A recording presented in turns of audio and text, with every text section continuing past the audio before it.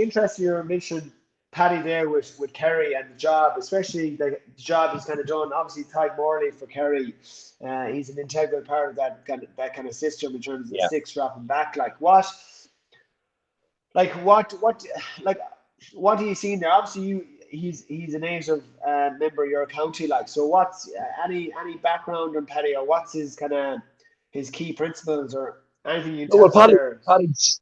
Paddy's a Galway man. Would have coached Tyrone in 2003.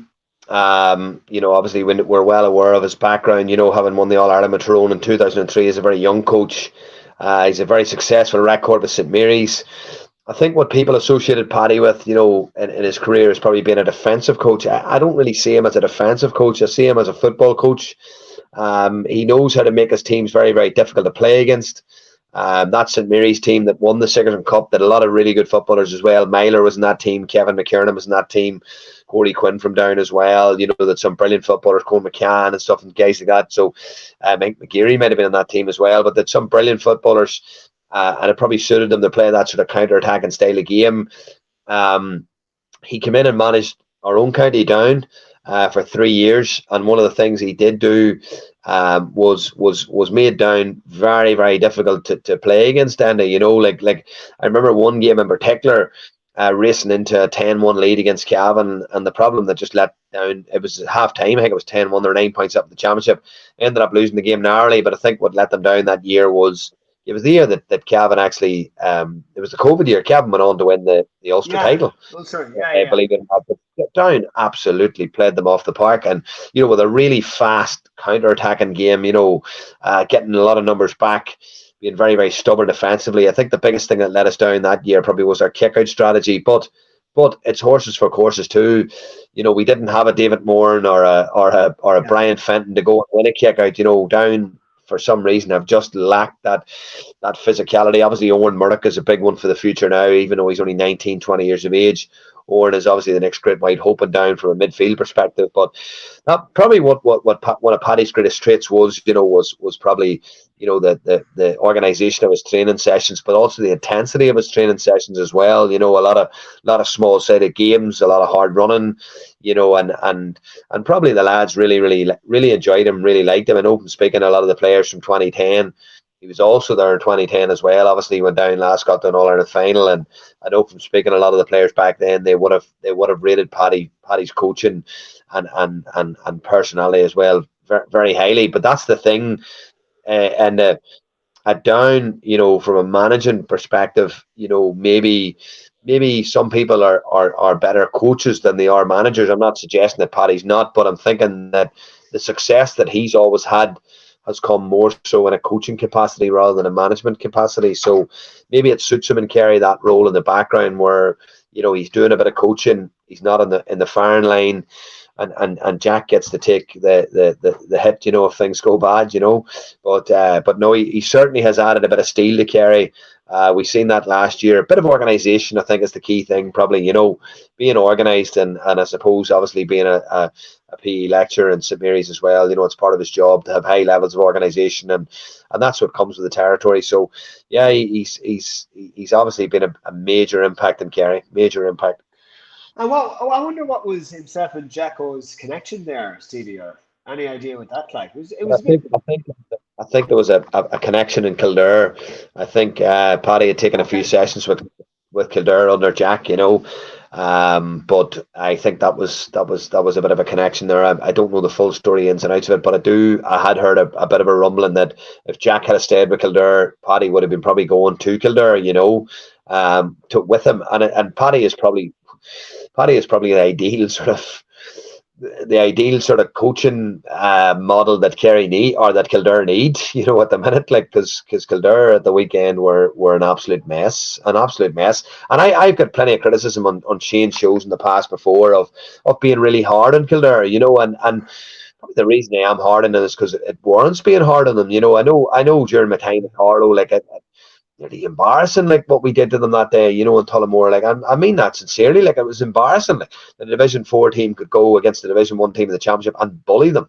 like literally physically and tactically bully them and beat them by 7, 8 points, whatever it was that day. Could have beaten them by 20 points if we had a, if it had come to it. But like, look, I just feel at the weekend there and major concerns over the way Kildare set up against Derry. Like major concerns. Like at this level of football, with the analysis there is now, with the tactical analysis, with the scouting, the coaching, the backroom teams that these teams have all got these illustrious backroom teams. I love seeing all the names, because for a lot of it it's just names, and names, and everybody has to have a big name now in their backroom team. And Yeah, if somebody gets a big name, then somebody else, oh, we need one of them because they have them, and this is yeah. the thing. But like everyone should be adding value in a management team, in my opinion. And you're sort of thinking to yourself, what possessed Kildare to set up against Derry the way they did at the weekend? Like I would love to know. I would genuinely love to know, because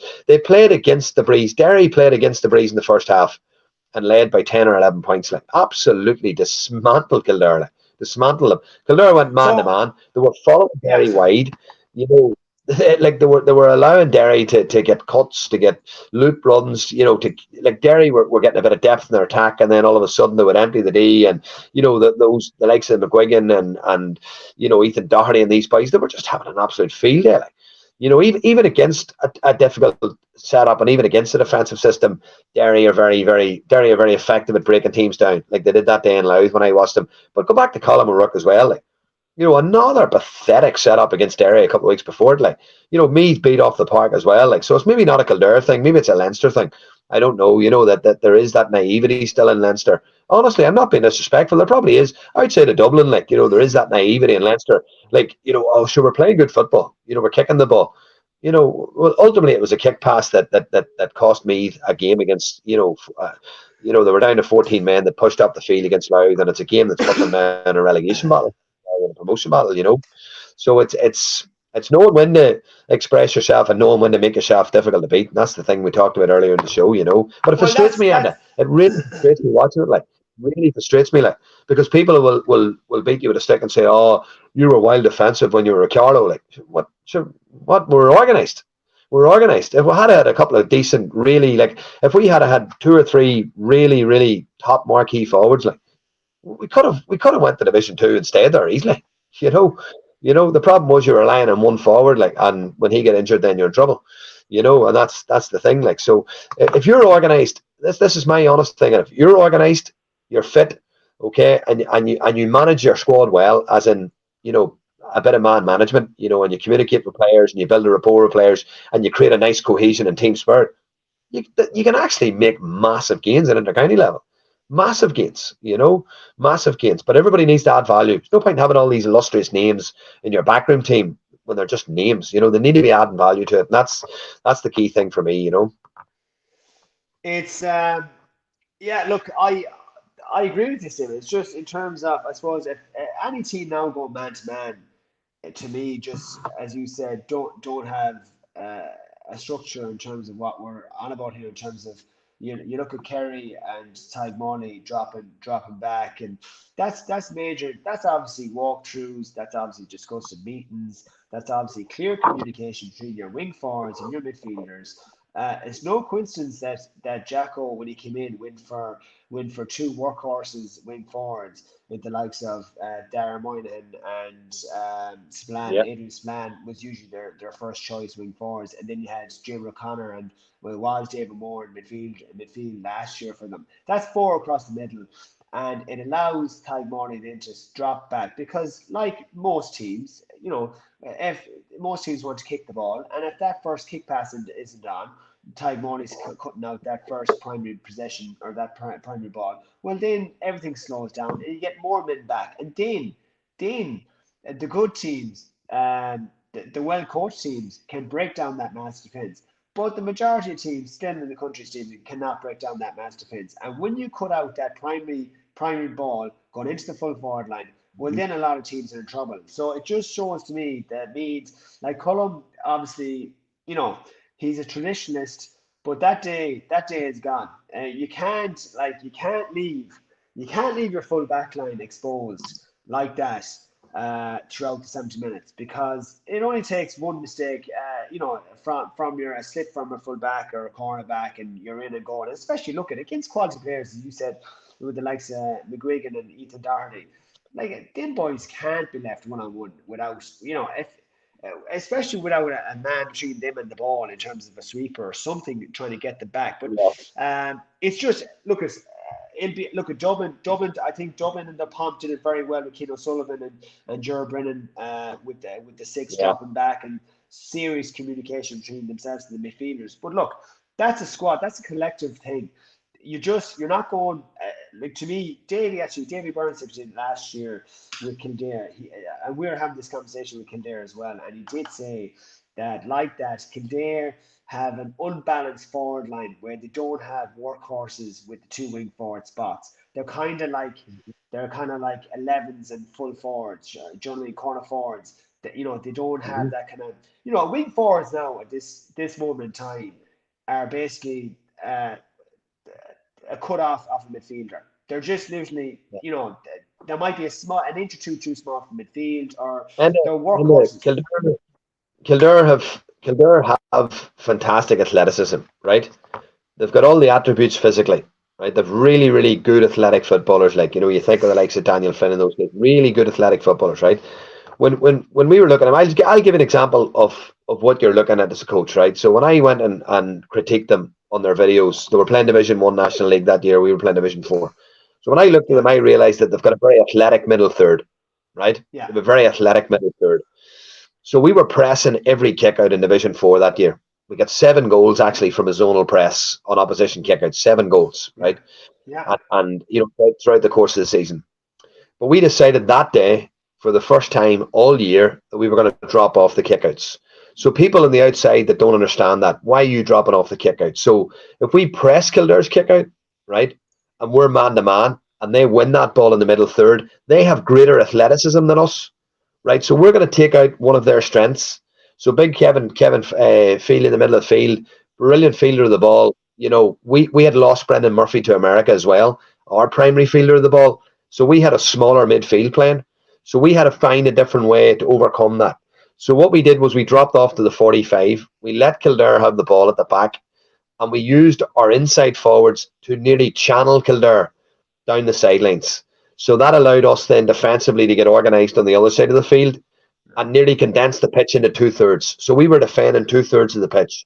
When Kildare shifted the ball across to the opposite side, we shifted across a defensive unit. Now, I can't begin to tell you the work that went into that, Enda, in the 2 weeks preparation leading up to that match. We played in-house games where we played 19 players against 15 to replicate extra bodies coming about, to make sure that our 15 were really in sync of what they're doing.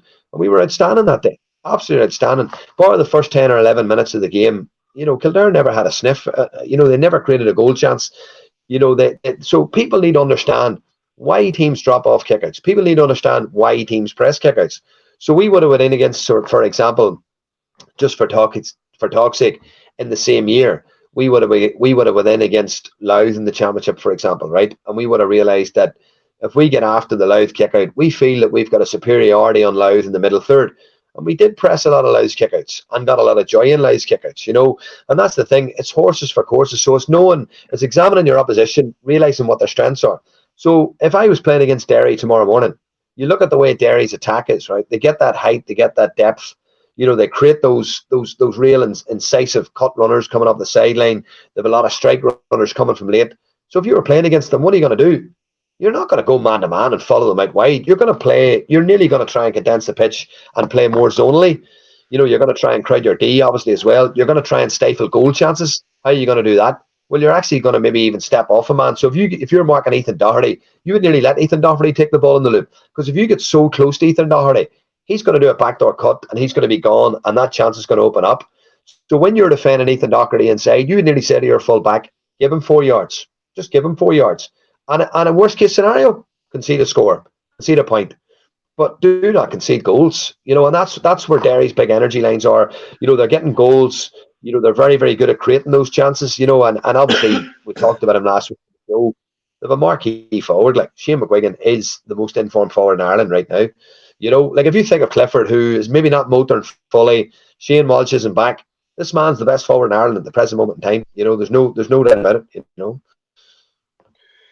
Yeah, like it'll be, yeah. So like I suppose with those teams, like you're saying a lot of marquee names going into the backroom teams. But I know myself, Stephen, as a former player, like you'll always give look, and you always give management teams that the 3 4 months, and then kind of the realization comes to you or comes to the squad. Well, this is we're going some places here, and or the other side of the coin is this isn't going so well, and a bit of disillusionment comes into the whole setup. Like, but I suppose look at the first year, like they'll always get a kick out of the first year, and obviously look at year two, it kind of goes downhill from there. And yeah, it's just going to be interesting how they, Glenn Ryan's. This is second year, isn't it, in Kildare? Is it second year two, or is it year Third three? year. Third Is it year, year year three? It's three. year three. Year three, yeah. So like it's It it is. this like this No, Conor is went it, back to yeah. Kerry last year. It's year two, is it? It's year two. Year two, year two. So this is a massive year. Like Yeah. Kildare, as you said there, Kildare supporters are as fanatical as Mayo. They are hungry for success in Kildare. They're absolutely, like, they're well Yeah. resourced as well. Absolutely well resourced. So like You see, I just you're talking about go on, management teams. I'm going to throw something at you as well, which is go very, on. very underlooked. Very, very underlooked. Within a playing squad, you need dynamics, right? You need good cohesion. We talked about this last week, right?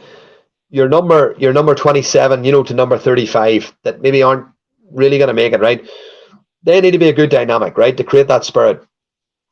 But equally, Enda, equally, you need a good spirit in your management team, right? And people Yeah. forget this. You need cohesion and togetherness within your management team because if there's not cohesion and togetherness, players also pick up on that. If there's mixed messages, if someone's not coming in with the same mindset as you. So as a manager, I have an idea of how I want my team to play. I have an idea of where my team needs to improve. Right. So when I'm looking for a coach to come in and work with me, I want to make sure that coach has got a good personality. I want to make sure that I'm going to get along with him. I want to make sure that he's Or going to be singing or from a similar hymn. similar philosophy. Like a lot of these, like Exactly. especially yeah, with the management teams being set up, I know for a fact that some people actually just throw the name in, as in, oh, he's a big name, throw him on 100%. my ticket here, and they haven't 100%. they haven't they haven't spoken a word to each other. So No. do you know? How do you know you've the same philosophy in football, or the same ideas? What Yeah. you want? You could be opposites. 100%, 100%. And like I'm fortunate. Obviously, the people I've worked with in the past, at club level, at county level, I still have a great relationship with all of them. I don't think there's anyone that I wouldn't have a good relationship with. Yeah, but really, I've always enjoyed working with the people that I've enjoyed with, or that I've experienced, coaching with. I've always had that good relationship. But I've also been in one or two setups where the dynamics haven't been perfect. They just haven't been perfect, and there's maybe just been a bit of mixed messaging, etc. And that leads to not an successful environment. And that's the key. You need your dynamics in your management team need to be good. They need to be good. And as you say, just throwing a management team together because they have a big name or they're a former player. Like, there's a lot of people coaching now who, probably haven't coached, at any real significant level and are being propelled in inter-county level. And it's madness. Like, it's madness. When Yeah. you think of soccer, how difficult it is to get your UEFA B, to get your pro coaching license. When you think how difficult that is for a player, like for example Stephen Gerrard, who's relatively young into the management circles, but he would have had to do all his awards, work very, very hard to get his awards, and then obviously he was very, very fortunate to get a break at Rangers. But in GAA, just because you played for Dublin or something, people's knocking your door and saying, will you come in and coach us? Coaching is an art form. It's not a science. Working with people is a skill. Managing people is a skill. Building relationships with players is critically important. It's probably one of the most important skills of management and coaching, creating relationships. If treating your players, getting to know your players as people rather than players, and that's the key thing. And a lot of people have this misperception. I know for a fact there's inter-county setups. I know for a fact inter-county setups right now where the manager won't communicate with the players, and its communication is done through other avenues. How can you create a spirit and togetherness in a group managing like that? And Well, that's that's common, Stephen. In my mind, to a player, man, that's very yeah, common. I so a lot of managers yeah, just do not want that confrontation, and like they let you know they let you know, right? yeah. Uh, Throughout the season, they let you know if you need a kick them. If they don't think you're going well, they'll put you on the B team, or there might be mini Yeah. games during the week before the ABB, and they'll mix up the teams, but you're on the B team as well. So they know that way. Now there is the other side of the coin saying like, oh yeah, communication is fine, but too much communication is nearly a bad thing as well. I don't know what you think of that. Sometimes players need that chip on their shoulders and basically, well, fuck you. I'm gonna prove you wrong here. You absolute. That would be my mentality now. I I, didn't. To me, I didn't need a lot of communication with the manager. Like in terms yeah. of, I didn't like to do a lot of talking. I just wanted to fucking just do my stuff on the pitch and let that do the talk and screw everything else. I just think Enda's changed times. And I'm speaking as a teacher. I see the way society's going. I see the way young people are going now. There's a lot more obviously going on in young people's lives that like our lives were more, well, I'm not putting you in the same age bracket as me, like, but my life was a bit more simplistic when you were younger. When you were 13, 14, you were building tree houses and playing football in the street, but that's the reality. Like, you 13, 14 Yeah, year olds not doing that anymore.